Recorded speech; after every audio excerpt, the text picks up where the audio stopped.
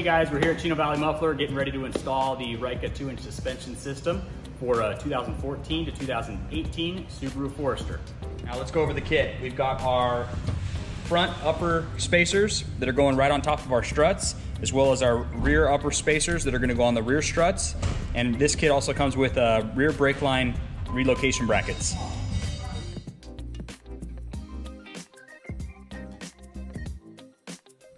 All right guys, now that we've got the vehicle up on the lift, secured on some jack stands, we're gonna start by removing the tire.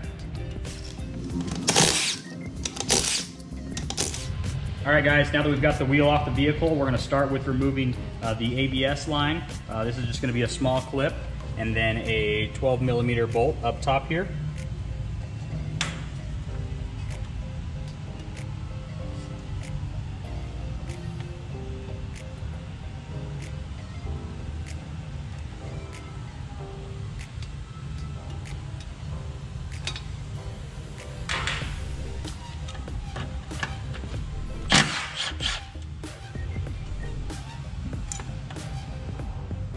Now that we've got the ABS line off, we're gonna move over to the other side and remove the brake line. All right, now that we've got the ABS line disconnected, we're moving over to the side of the brake line, which is gonna be another 12mm bolt. And we're just gonna move that to the side.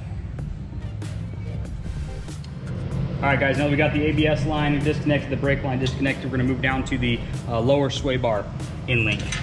That's gonna be a 17mm wrench.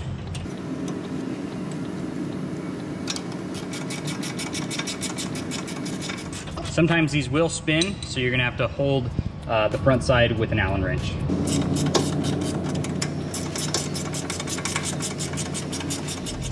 All right, by removing the lower sway bar in link, it's gonna allow for the lower control arm to drop. So when we put the new spacer on top of the new strut, it'll allow for clearance. All right, moving on to our next step, we're gonna be removing the two upper and lower knuckle bolts. Before we loosen these, we're gonna wanna mark the upper cam bolt with the strut, so when we go back to reinstall, we can put them back in the same location. The vehicle's still gonna need alignment, but it's gonna give us in the ballpark.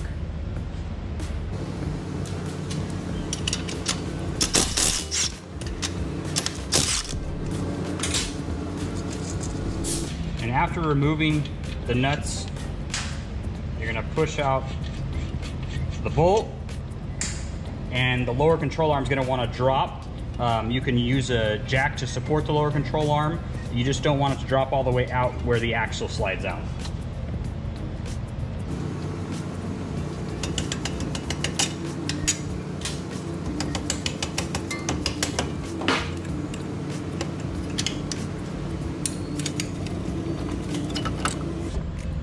That to the side. You're going to want to use a tie strap to hold the spindle towards the vehicle so it doesn't fall forward and drop the axle out of the car. All right guys, now we're going to be working on taking off the three top strut bolts underneath the hood here. We're going to be using a 12mm to break these loose. Once you get all three of them loose, you can take them off by hand and the strut's going to want to fall down.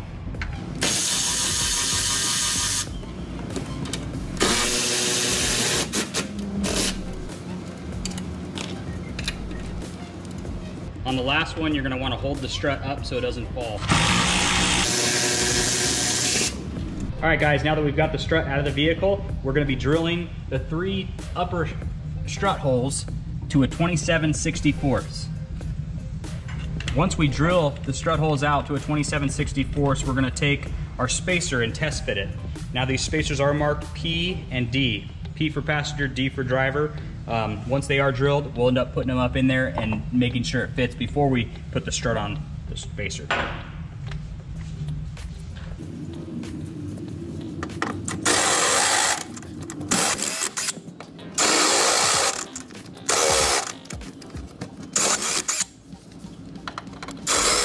All right, now we've got the upper strut holes drilled out. We're gonna go ahead and test fit our spacer. We wanna make sure that the REIKA symbol or logo is gonna be facing in.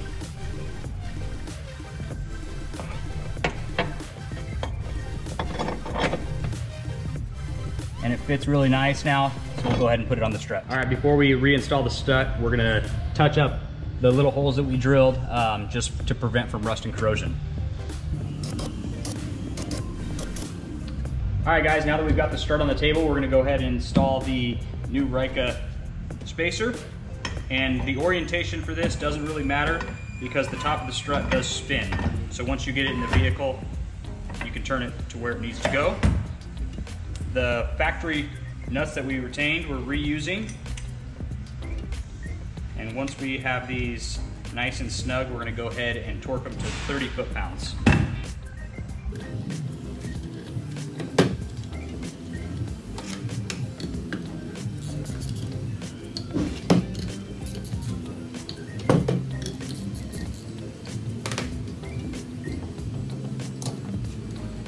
All right guys, now that we've got the strut going back in the vehicle, you want to make sure the orientation's in line.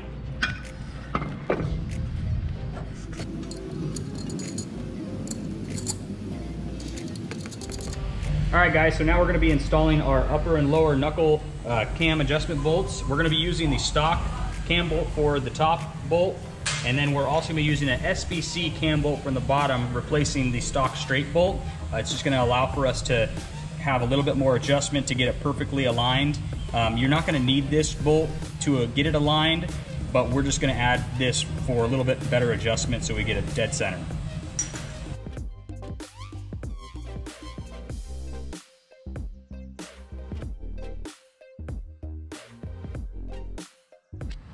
All right, once we got our factory cam bolt on top we're going to align it to the line that we made for factory spec.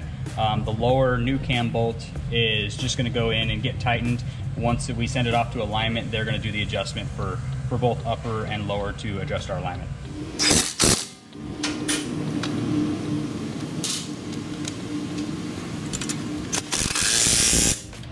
All right guys, now we're going to move on to the sway bar end link. You might need a jack to support the lower control arm, so the sway bar end link will go back in place here.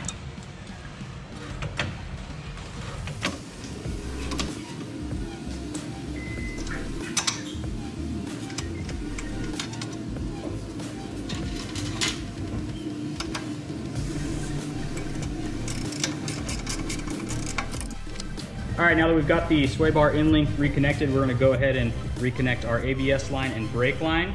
The ABS line, the lower clip is just gonna clip right back in. The upper one, we're actually gonna do a complete 180. I would normally show in going like that. It's gonna be a little tight on that, so we're gonna give it a little slack and reverse it. But before we do that, we're gonna have to bend this little tab.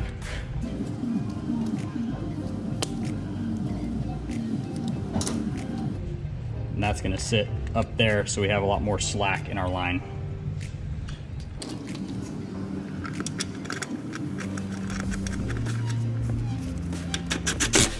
Then we're gonna come over to our brake line and just reinstall that with the factory hardware. All right guys, now that we've got the bottom all buttoned up, we're gonna go ahead and tighten the 3 top bolts and then torque them down to factory spec.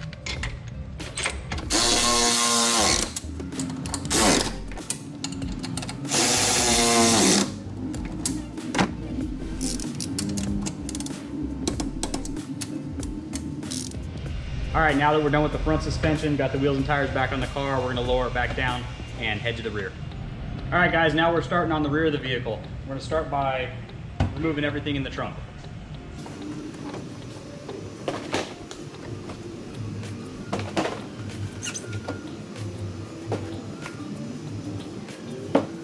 These last 2 panels, we're gonna need a clip remover to remove the 4 clips that attach these. All right guys, now that we've got the trunk interior taken out, we can access our top strut nuts, which are gonna be a 14 millimeter. We're gonna go ahead and remove those while the car's still on the ground.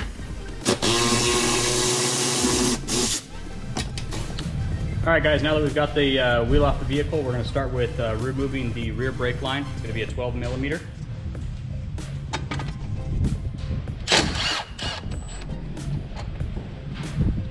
All right, now we're gonna move on to the lower sway bar end link, which is gonna be a 14 millimeter.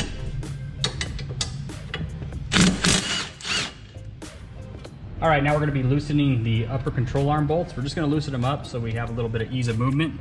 Not gonna be completely taking it out. And then we're gonna go down to the lower front control arm bolt and loosen that one up as well.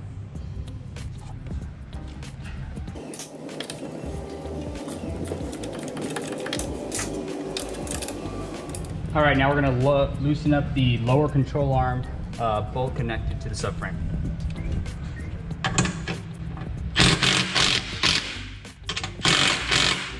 Now that we have all the upper bolts loose, we're going to be removing the front lower control arm bolt completely.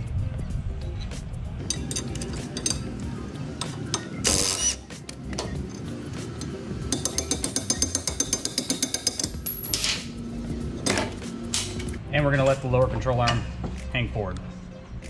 All right, next step, we're gonna be removing the lower strut bolt and then move on to the lower knuckle bolt.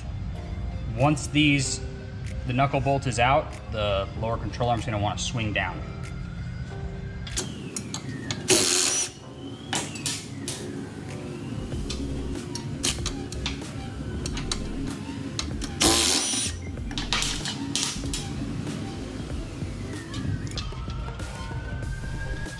Sometimes you're gonna have to use a little bit of a hammer to get it started. Make sure to put the nut back on so you don't ruin the threads.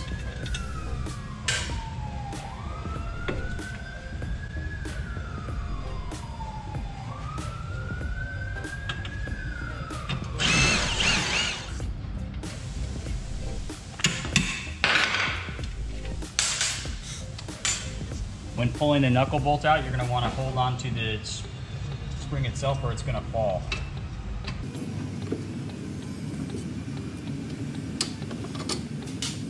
Then you're going to lower the control arm, let it hang, and the strut will come out. All right, now that we've got the strut on the bench, we're going to be installing the upper spacer. Upon doing so, you want to run the nuts down.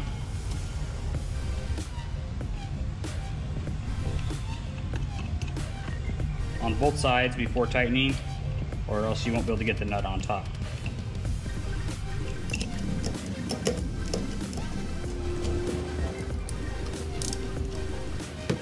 All right, now that we've got the spacer on our strut, it's gonna go back in the vehicle. You're gonna need a friend up top to thread on the nuts so the strut stays.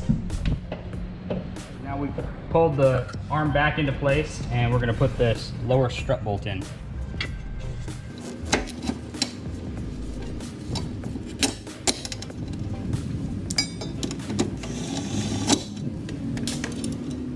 All right, to get the lower control arm to seat up to the knuckle, we're gonna have to use a jack to jack up the lower control arm, and then we'll put the bolt through. So now that we've got the rear lower control arm bolt in, we can go back to the front.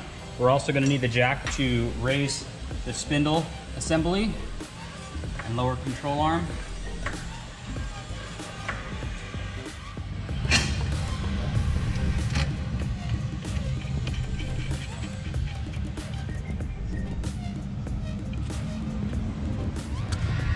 All right, guys, we're gonna move on to the brake line relocation bracket. This is gonna allow the brake line, since the vehicle is gonna be taller, to have a little bit more slack. We're gonna use the factory bolt on the bottom. And then the supplied hardware up top.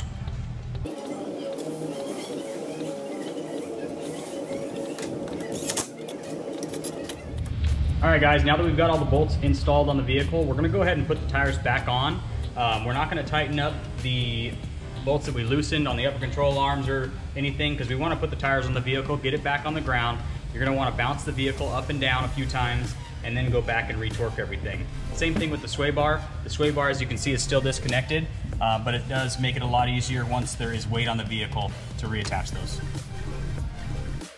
All right, guys, now we're gonna do the shake test. Basically, we're gonna bounce the vehicle up and down so we can get everything kind of back to where it needs to go, and then we're gonna go ahead and torque down the upper control arm and lower control arm upper bolts. Then we're gonna be putting the sway bar back in.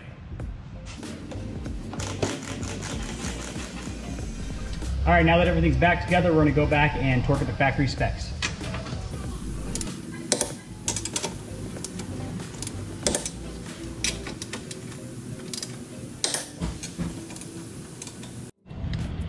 All right, now that we're done down here, everything's torqued down, we're gonna lower the vehicle back down, go up top, and get the upper strut bolts torqued. All right, guys, now we're ready to torque down the upper strut bolts to 30 foot-pounds. All right, guys, now that we've torqued everything to spec, the car's just about ready to go alignment. We just gotta throw the trunk back together and she'll be on her way.